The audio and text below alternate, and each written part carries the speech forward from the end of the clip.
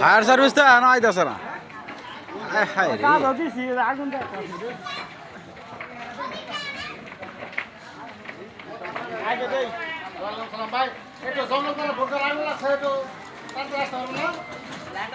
line of করে দে Kareena line of করে দে আমার বোনের বাড়ি আইছে না বাদ পাইছে হ্যাঁ বাজারে কি ভাই লাগলো এটা